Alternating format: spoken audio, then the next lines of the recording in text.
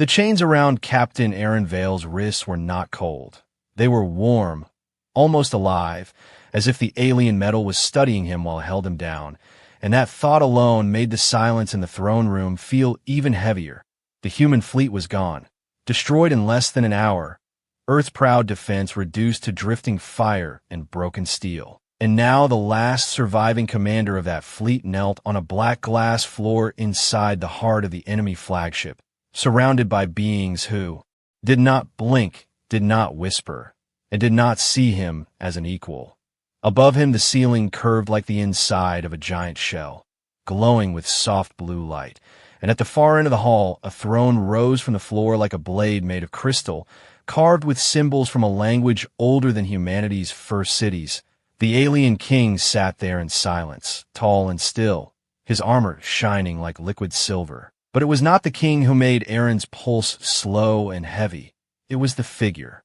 Descending the steps beside him, the alien princess moved with calm confidence, her long white cloak trailing behind her, her eyes bright like distant stars. She did not rush. She did not hesitate.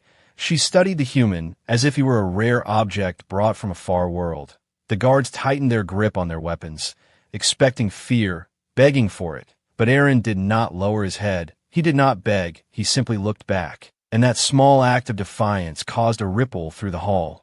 The princess stopped only a step away from him, close enough for him to see the thin lines of light moving across her skin like living patterns, close enough to hear her slow breath. And then she leaned in, her voice soft but sharp as a blade. "My children will have your blood, human."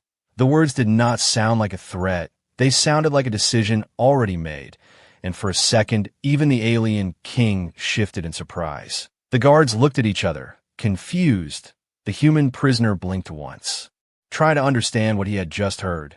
He had expected execution, torture, humiliation, but not this.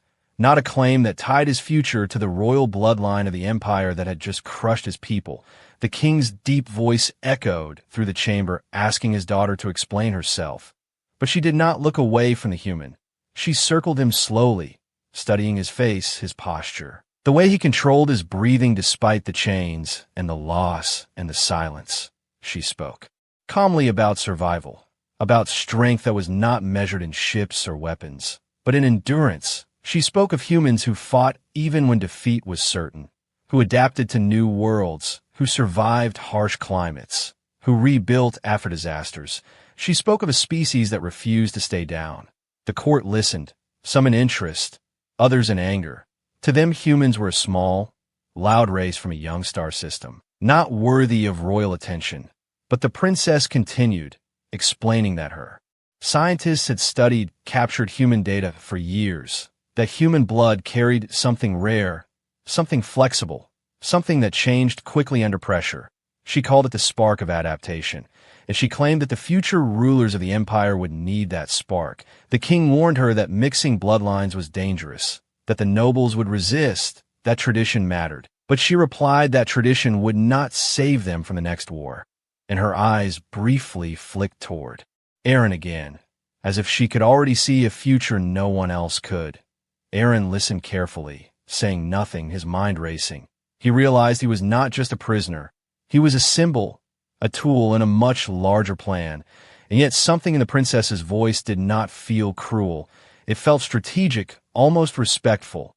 The hall grew quiet again as the king finally declared that the human would not be executed. Instead, he would be placed under royal custody, studied, protected, and prepared. Gasps and low murmurs filled the chamber, some nobles clearly furious, others afraid of what this meant for the empire's future. The guards pulled Aaron to his feet, not roughly this time, but firmly, and as they led him away from the throne room, he felt the weight of hundreds of alien eyes on his back. He did not know if this path would lead to power, to betrayal, or to death, but he understood one thing clearly. Earth had lost the battle, yet somehow he had become more valuable alive than dead, and that made him dangerous in a way the aliens had not planned. As the massive doors of the throne hall closed behind him, the princess watched in silence, her expression unreadable. The empire believed it had captured a defeated human commander, but she believed she had just secured the future of her bloodline, and perhaps the future of the galaxy itself. If you enjoy strong HFY sci-fi stories like this, gently consider subscribing to the channel to support more epic adventures, because this was only the beginning, and far above the war-torn ruins of Earth's fleet, inside the most powerful ship in the alien empire, a single human heartbeat echoed through royal corridors that had never before carried the sound of human blood, and somewhere deep within those living walls, something ancient seemed to awaken in response to it. Watching, waiting, calculating what this impossible union might bring next. Captain Aaron Vale was not taken to a prison cell. Instead, he was escorted through corridors that curved like the inside of a living creature, the walls glowing softly as if they were aware of his presence. The guards no longer treated him like a condemned soldier, but like a rare specimen that could not be damaged, and that change alone told him how serious the princess had been. He was placed inside a vast chamber with transparent walls that revealed the endless stretch of space outside, stars burning silently against the darkness. And for the first time since the battle, he allowed himself a slow breath, not of relief, but of calculation, because survival for a human did not begin with strength. It began with understanding. Hours later, the doors opened without sound, and the alien princess entered alone, without guards, without weapons, which was either a sign of confidence or a test. Her silver eyes studied him carefully, as if she were reading lines of data written across his skin. She did not waste time with threats or kindness. She simply activated a floating display between them. Symbols shifting into a form he could almost recognize.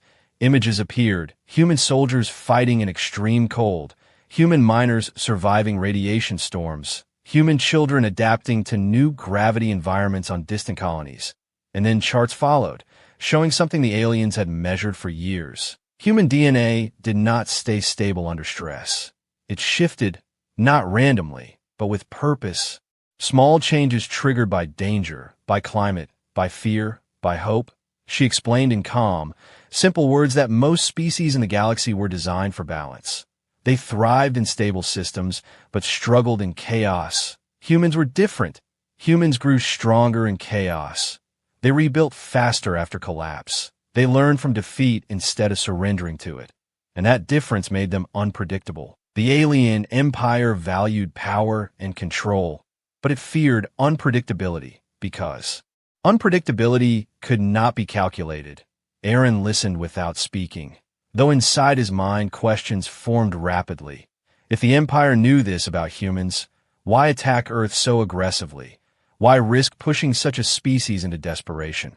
The princess seemed to sense the unspoken challenge in his silence. She admitted that the invasion had not been her choice. The Council believed crushing humanity early would prevent a future threat, but she believed suppression would only accelerate human evolution. Pressure would refine them, not erase them. She stepped closer, explaining that her scientists had tried to isolate the human adaptability trait. They had tested blood samples, simulated human stress environments, even cloned tissue samples, but the trait weakened outside a living human system.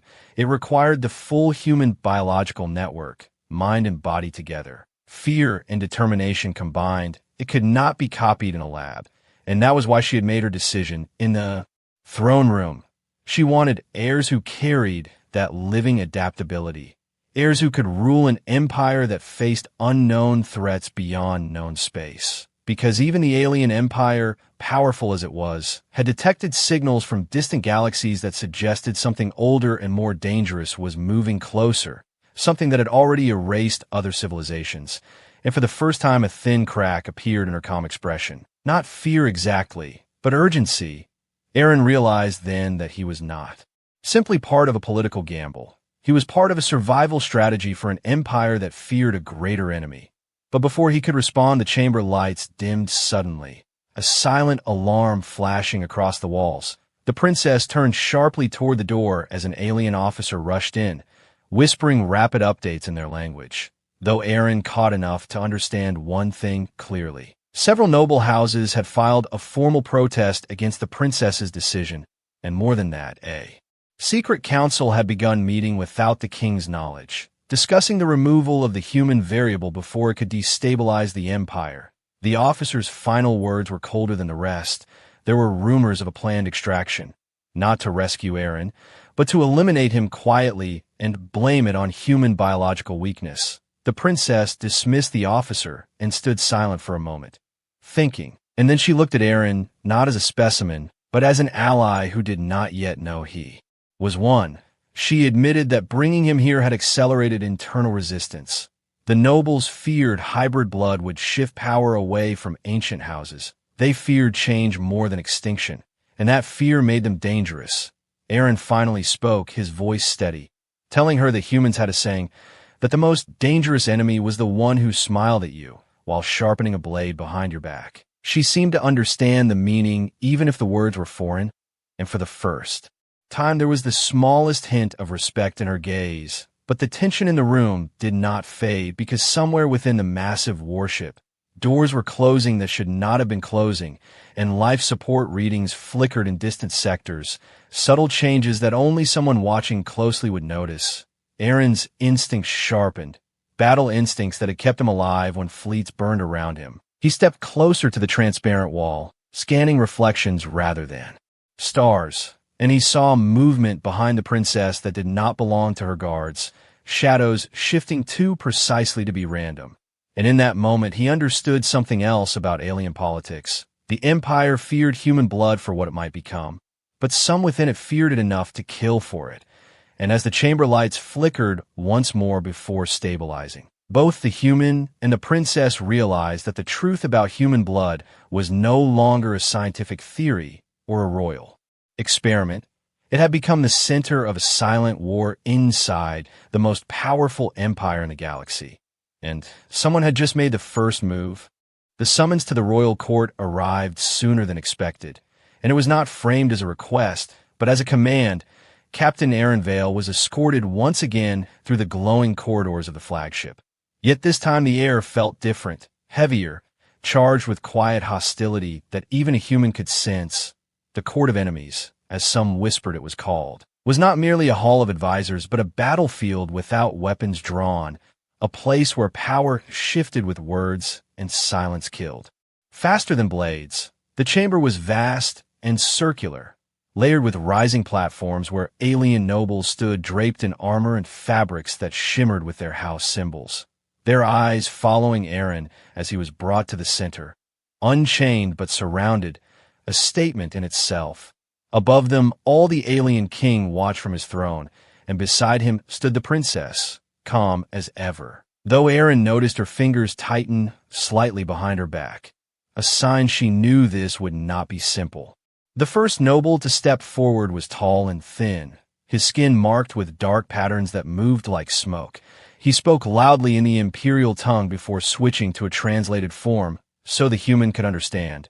He called Aaron an animal elevated beyond his station, a war prisoner dressed in clean fabric instead of chains, and accused the princess of endangering pure bloodlines for the sake of curiosity. Murmurs of agreement spread through the chamber like wind across dry leaves, but others watched in silence, measuring reactions rather than joining them.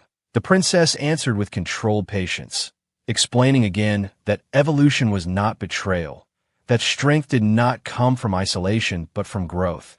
Yet the nobles were not convinced. They began projecting data across the chamber, statistics of alien supremacy, centuries of dominance, fleets undefeated until humanity's brief resistance forced them to notice the species at all.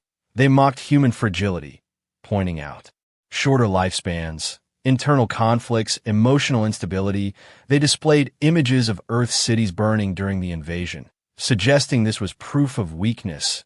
Aaron remained silent, absorbing every insult, every glance, every hidden alliance forming across the room, because humans survived not by reacting to every attack, but by choosing the right moment.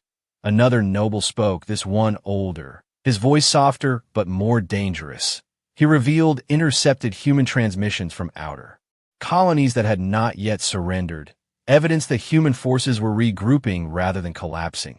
He argued that keeping Aaron alive could inspire resistance, that his existence inside the royal family might become a symbol of human defiance rather than submission.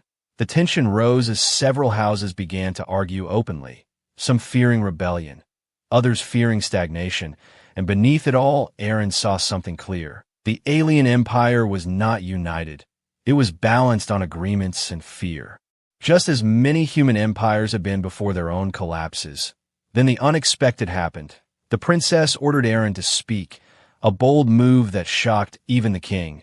The chamber quieted instantly, hundreds of alien eyes fixed on the human commander, waiting for arrogance, for pleading, for some display that would confirm their prejudice. Aaron stepped forward slowly, his voice calm and steady. He did not beg for mercy. He did not insult them in return. Instead, he told them a simple truth, that humans were weak compared to them in strength and technology. The humans fought each other too often. The humans made mistakes again and again. But he added that every mistake taught them something. Every defeat changed them. Every loss forced them to become harder to destroy. He explained that crushing Earth might have delayed humanity, but it would not erase it because humans did not require victory to continue. They required only survival. And survival was something they understood. Deeply, the nobles reacted with mixed anger and discomfort, because confidence without arrogance was harder to dismiss. The older noble attempted to interrupt, but before he could continue, the chamber lights dimmed briefly, a system disturbance rippling through the ship, subtle but noticeable. Aaron saw several nobles exchange quick glances, coded signals passing between them through small flickers of light in their armor. And he understood instantly that the protest was not only verbal, it was coordinated. Something was already in motion beyond this chamber. The princess sensed it as well, her gaze sharpening as she ordered security reports. Yet the answers came delayed, fragmented, as if someone inside the command structure was slowing communication. The king rose slightly from his throne, demanding order, but the room was no longer stable ground. Accusations began flying between houses, one blaming another for sabotage, another denying involvement. And through the chaos, Aaron noticed movement in the upper tiers, small devices being activated discreetly. Not weapons, but transmitters, sending signals beyond the flagship, perhaps to fleets loyal to certain nobles, perhaps to allies hidden in distant sectors. The court of enemies had moved beyond debate. It was preparing for action, and the human at the center had become the spark igniting long-buried rivalries. The princess stepped closer to Aaron, lowering her voice so only he could hear. She admitted that she had expected resistance, but not this speed, not this level of coordination. And Aaron quietly replied that when people feared losing power, they moved quickly and without patience, a lesson humanity had learned through countless revolutions. Suddenly, a sharp vibration ran through the chamber floor, stronger this time, followed by a faint tremor that rippled upward into the throne structure. Alarms began to flicker along the walls, but not the loud emergency kind. These were controlled, contained. Warnings, the kind meant to isolate damage without spreading panic. The older noble smiled slightly, too slightly, and Aaron's instincts flared because that smile was not fear, it was anticipation. Somewhere within the massive flagship, something had been triggered, not to destroy the ship entirely, but to destabilize it just enough to create confusion, to create opportunity. And in the rising noise of the court turning against itself, Captain Aaron Vale understood that the alien empire was not only debating his future, it was already fighting over it.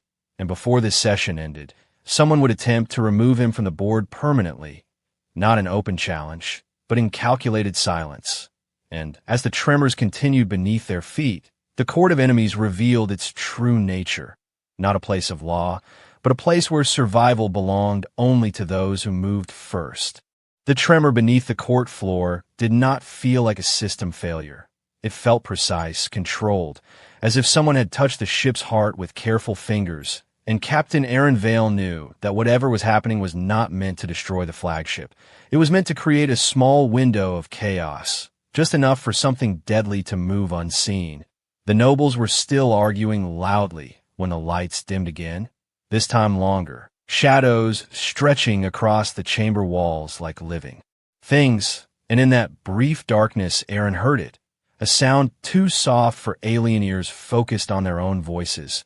The faint click of magnetic locks disengaging from above.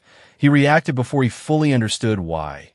Years of battlefield survival, pushing his body forward without hesitation. He grabbed the alien princess by the arm and pulled her down just as a thin spear of condensed energy sliced through the space where her head had been a second earlier. The blast struck the crystalline throne. Behind them, shattering part of it into glowing shards, and the chamber exploded into chaos. Guards raised their weapons. Nobles screamed accusations. The king roared commands that were barely heard over the rising alarms. But Aaron's focus narrowed. He scanned the upper tiers and saw the assassin clearly for a split second. Not a common soldier, but a royal enforcer marked with the sigil of one of the protesting houses, positioned in a maintenance alcove that should have been sealed during court. Assembly, meaning this had been arranged long before the session began. Another shot fired, grazing Aaron's shoulder and burning through the fabric of his uniform. The pain sharp but manageable. He pushed the princess behind a fractured section of the throne and shouted for her guards to flank left instead of charging forward, because the assassin's angle suggested a secondary shooter waiting to catch anyone who moved directly. The alien guards hesitated only a fraction before obeying, surprised at themselves for taking tactical direction from a human. Their formation shifted just as a second energy beam erupted from a hidden balcony. Striking empty space where they would have stood, the nobles began scrambling for exits, but the exits sealed automatically as security protocols activated, trapping everyone inside. The assassin leapt from the alcove with unnatural agility, landing on one of the platforms and cutting down a guard with a blade of pure light. The room filled with flashes and screams. Yet through it all, Aaron noticed something strange. The assassin's movements were not meant for escape. They were meant to guarantee the princess's death, even at the cost of his own life, which meant someone believed her survival was a greater threat than open rebellion. Aaron moved again. Ignoring the burning in his shoulder, he grabbed a fallen alien weapon, its weight unfamiliar but balanced enough, and aimed not at the assassin, but at a glowing panel on the far wall, calculating. Quickly from what he had observed earlier about the ship's internal systems, he fired, and the shot overloaded the gravity stabilizer for the upper tiers, causing a sudden shift that pulled the assassin off balance mid-strike. The alien guards seized the moment, pinning him down in a storm of controlled energy blasts that left him barely alive but restrained. The chamber lights stabilized slowly, smoke and glowing dust drifting through the air. The king descended from his damaged throne with fury radiating from him, demanding to know which house had authorized such treason.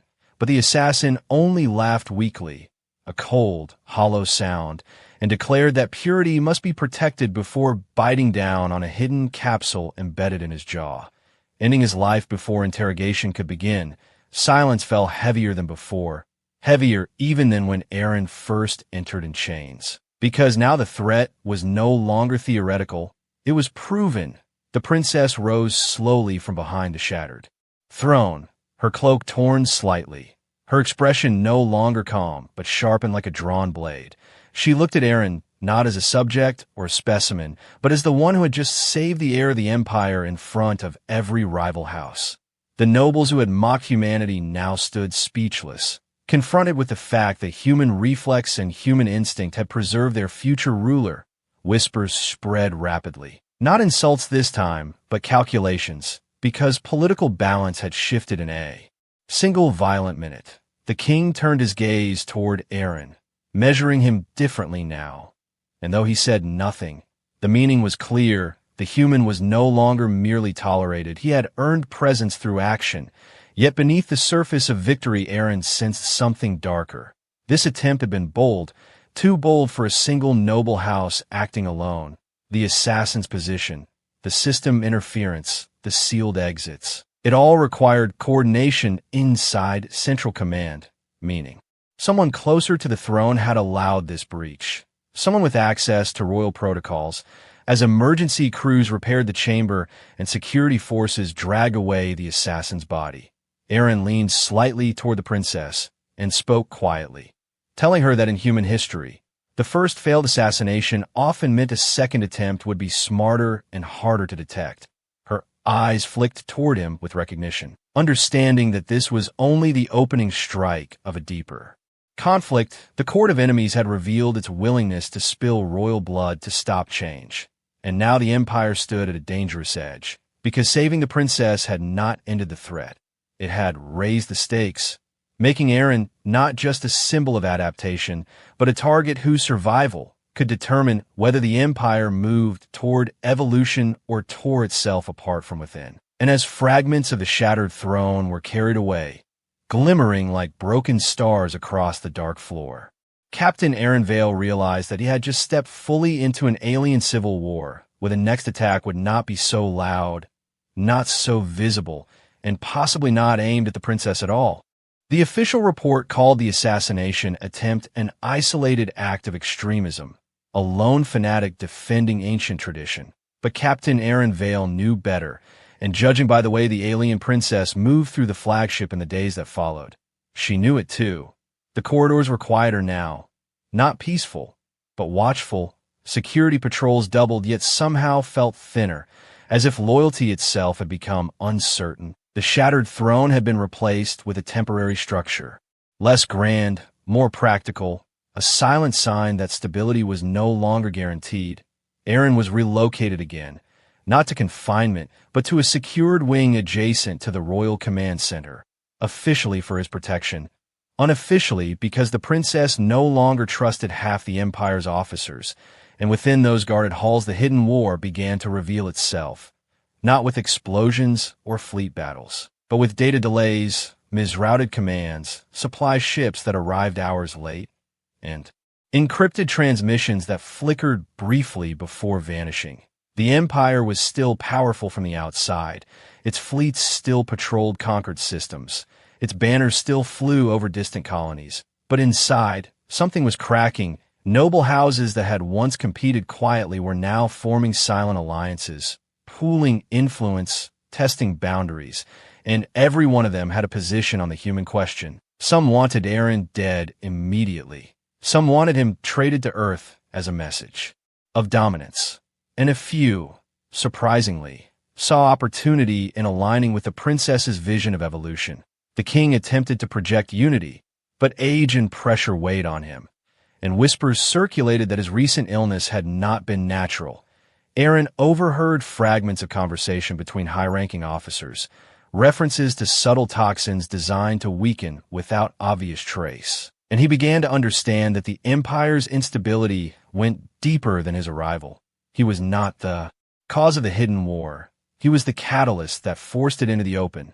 One evening the princess entered his chamber without ceremony, dismissing her guards with a gesture that carried more trust than before. She stood beside the transparent wall overlooking space, stars reflecting in her eyes, and for the first time she spoke without royal distance. She admitted that her decision had been driven by more than science or strategy. Years ago, long before Earth was invaded, long before humanity was seen as a threat, alien deep space probes had detected something moving between galaxies, not ships, not signals, but patterns of absence, entire star systems going silent in perfect sequence, civilizations erased without debris, without battle, as if consumed by something that left nothing behind. The Empire had kept this knowledge secret to avoid panic, but the royal bloodline had known, and she believed that traditional strength would not be enough to face such an unknown force. They needed unpredictability. They needed the adaptability that humans carried in their blood. She turned toward Aaron and said plainly that if the galaxy was about to change, she intended to ensure her empire survived it, and that survival might require becoming something new. Aaron absorbed this quietly, but he did not let the moment pass without challenge. He told her that humans did not adapt because they were superior. They adapted because they were often cornered, pressured, divided, and that if the Empire continued to treat humanity as conquered subjects rather than partners, it would push them into becoming exactly the kind of enemy it feared. His words were not angry. They were measured, and that calm honesty unsettled her more than rebellion would have. Before she could respond, The chamber lights shifted to emergency amber, not from within the flagship, but from long-range communication feeds. An alert from the outer colonies, human resistance forces had regrouped far faster than predicted. A cluster of ships had launched coordinated strikes on supply depots at the edge of Imperial territory, not large enough to threaten the core systems, but precise enough to disrupt trade routes and prove that Earth had not surrendered. The nobles seized on the news instantly, broadcasting statements that the human inside the palace was signaling the rebels, that his presence emboldened them, that the assassination attempt had been justified after all. Propaganda streams flooded the internal networks. Carefully edited images of Aaron in chains contrasted with images of burning alien outposts, implying betrayal, and within hours public opinion across several core worlds began to shift. The hidden war was no longer contained to whispers in corridors. It had entered the information channels, shaping perception before facts could catch up. Aaron felt the pressure tighten, because he knew the resistance commanders on Earth would never surrender simply because he was alive. They did not even know his current status. Yet his existence was now being used as both weapon and shield. The princess convened a restricted council, excluding several major houses, a bold move that signaled fracture rather than unity, and during that tense gathering a revelation surfaced that changed everything. Encrypted data logs showed that moments before the assassination attempt, a transmission had been sent from within the royal command structure to an external fleet loyal to one of the oldest noble houses, meaning the attack had been coordinated with off-ship forces ready to move if the princess had fallen. This was not an isolated act. It was the first phase of a larger coup designed to reshape the empire back into rigid tradition.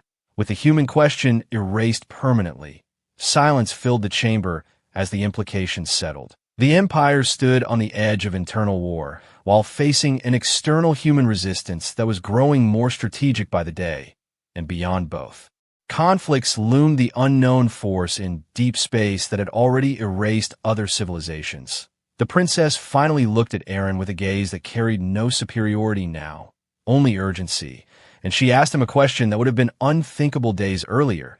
If humanity were given a choice between revenge and alliance, which would it choose? Aaron answered honestly that humans were divided.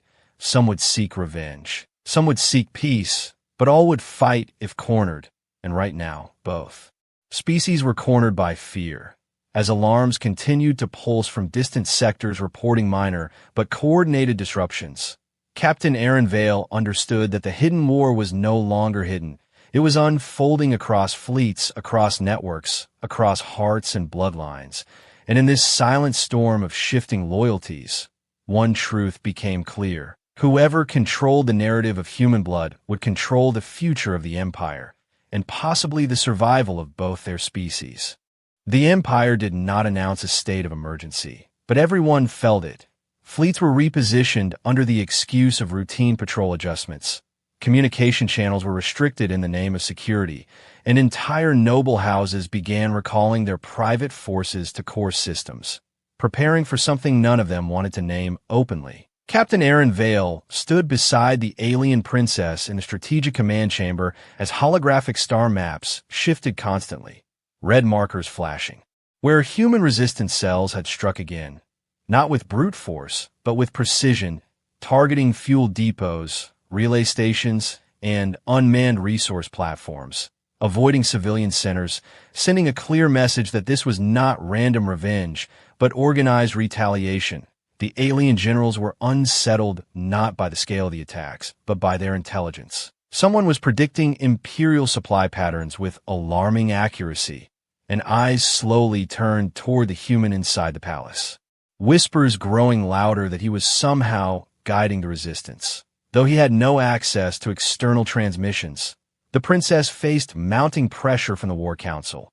A final vote was being prepared, a motion to authorize complete eradication protocols against human territories, not just military targets, but planetary infrastructure, a decisive strike to ensure humanity never rose again. And the council demanded the princess support it to prove her loyalty. The choice placed before her was simple in words, but heavy in consequence.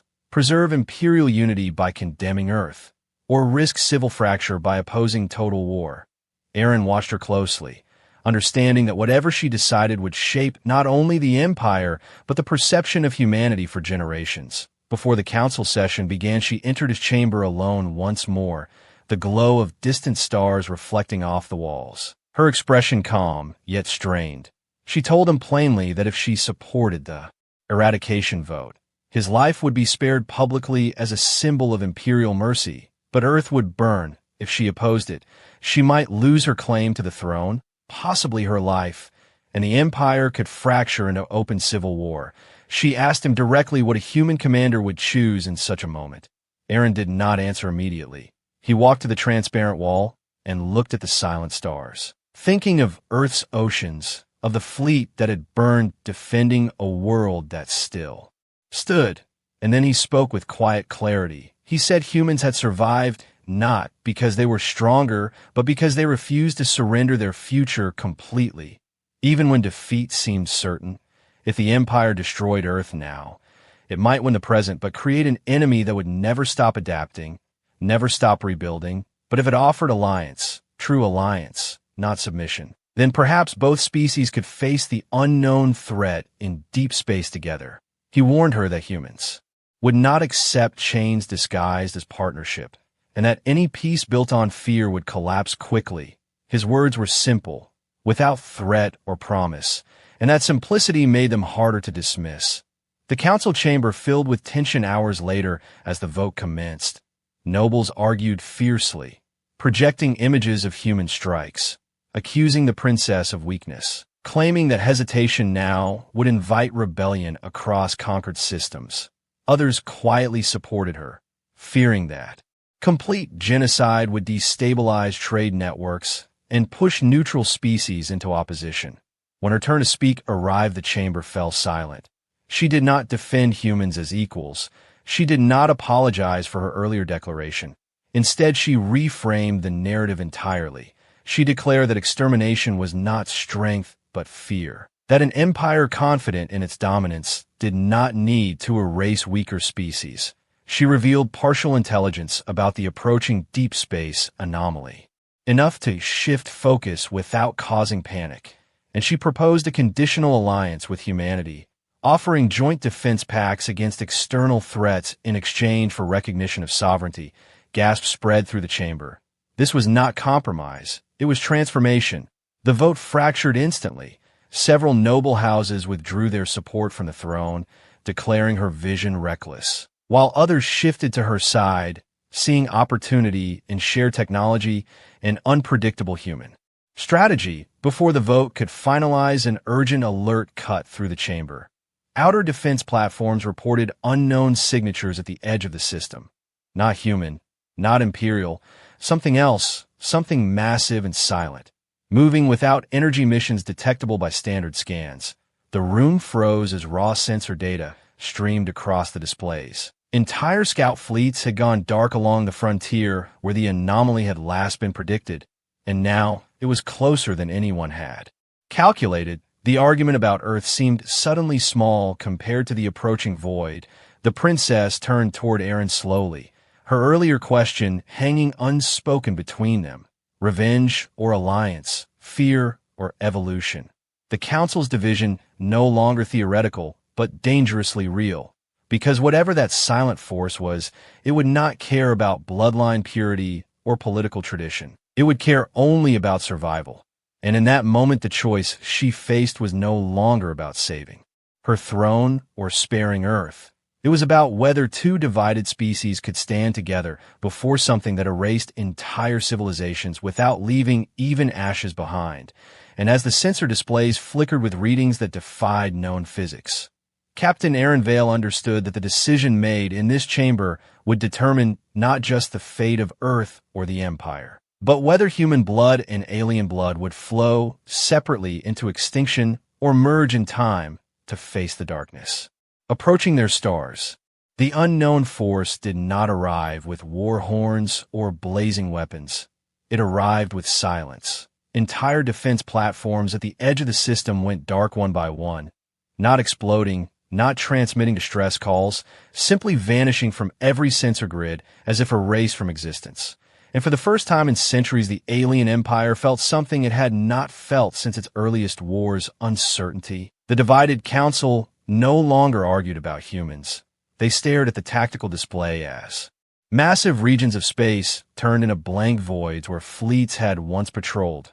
Captain Aaron Vale stood beside the alien princess as emergency commands rippled outward, ships forming defensive formations that suddenly looked fragile against an enemy no one could see clearly. Long-range probes sent toward the anomaly transmitted only distorted gravity readings before cutting out, and then the first visual contact appeared. Not a ship, but a shifting distortion in space itself, like reality. Folding inward, consuming light rather than reflecting it, panic began to spread across civilian networks despite censorship attempts. And nobles who had demanded Earth's destruction hours earlier now demanded immediate retreat to core systems, abandoning outer colonies to save themselves. The princess stepped forward in the command chamber and made her choice publicly before hesitation could fracture her authority further. She declared a unified defense pact with humanity effective immediately, broadcasting the message not only to Imperial worlds but toward Earth itself. Offering full strategic alliance against the approaching extinction event, some nobles attempted to override her transmission, but loyal officers secured the channel long enough for the declaration to spread beyond recall. On Earth, the message was received with shock and suspicion, but human resistance leaders recognized the urgency in the data attached to it. Sensor logs, gravitational distortions, evidence that this threat was not a political trick, and within hours an unprecedented event occurred. Human fleets that had been striking Imperial supply lines redirected course toward the outer system. Not to attack, but to reinforce. Aaron coordinated with both sides, bridging communication gaps, translating tactics, explaining human improvisational combat methods to alien admirals who had never fought an enemy that did not follow predictable physics. When the first wave of the anomaly reached the outer defense ring, it did not fire weapons. It simply passed through ships, and those ships collapsed inward as if crushed by invisible pressure, their matter compressed and swallowed into the distortion. Traditional shields failed instantly. Energy blast dispersed without impact. The Empire's strongest weapons meant nothing against something that did not behave like a conventional force. And in that terrifying moment, adaptability became the only advantage left. Aaron proposed a desperate strategy drawn from human experimental physics, using unstable micro-jump drives to create rapid gravitational interference patterns around the distortion. Not to destroy it, but to destabilize its cohesion. Alien engineers hesitated at the risk, but there was no safer alternative. Hybrid task forces formed quickly, human pilots executing unpredictable maneuvers, while alien capital ships provided synchronized power surges calculated with precision beyond human capability. The combined assault did not destroy the anomaly outright, but it slowed its advance, forcing it to fragment slightly under shifting gravity fields, buying time, precious time.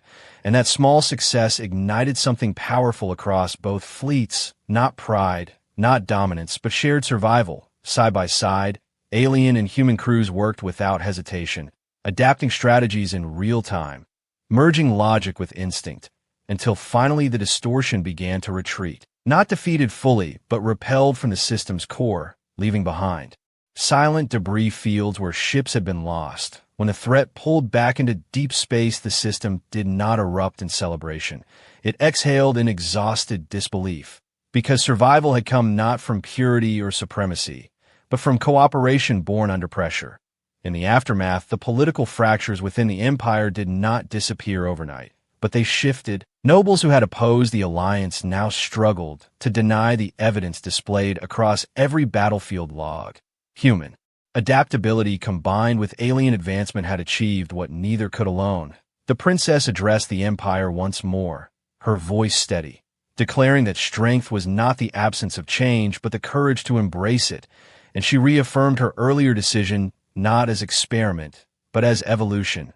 Weeks later, within a secured medical wing guarded by both Imperial and human officers, a quiet moment unfolded that carried more weight than any battle. The first confirmed hybrid child was born, monitored by teams from both species, the infant's vitals stable, genetic readings displaying a remarkable balance between alien longevity and human adaptive markers. Scientists stared at the data in stunned silence, because the projections suggested something unprecedented, a physiology capable of responding to environmental stress with accelerated neural and cellular adjustments beyond either parent species alone.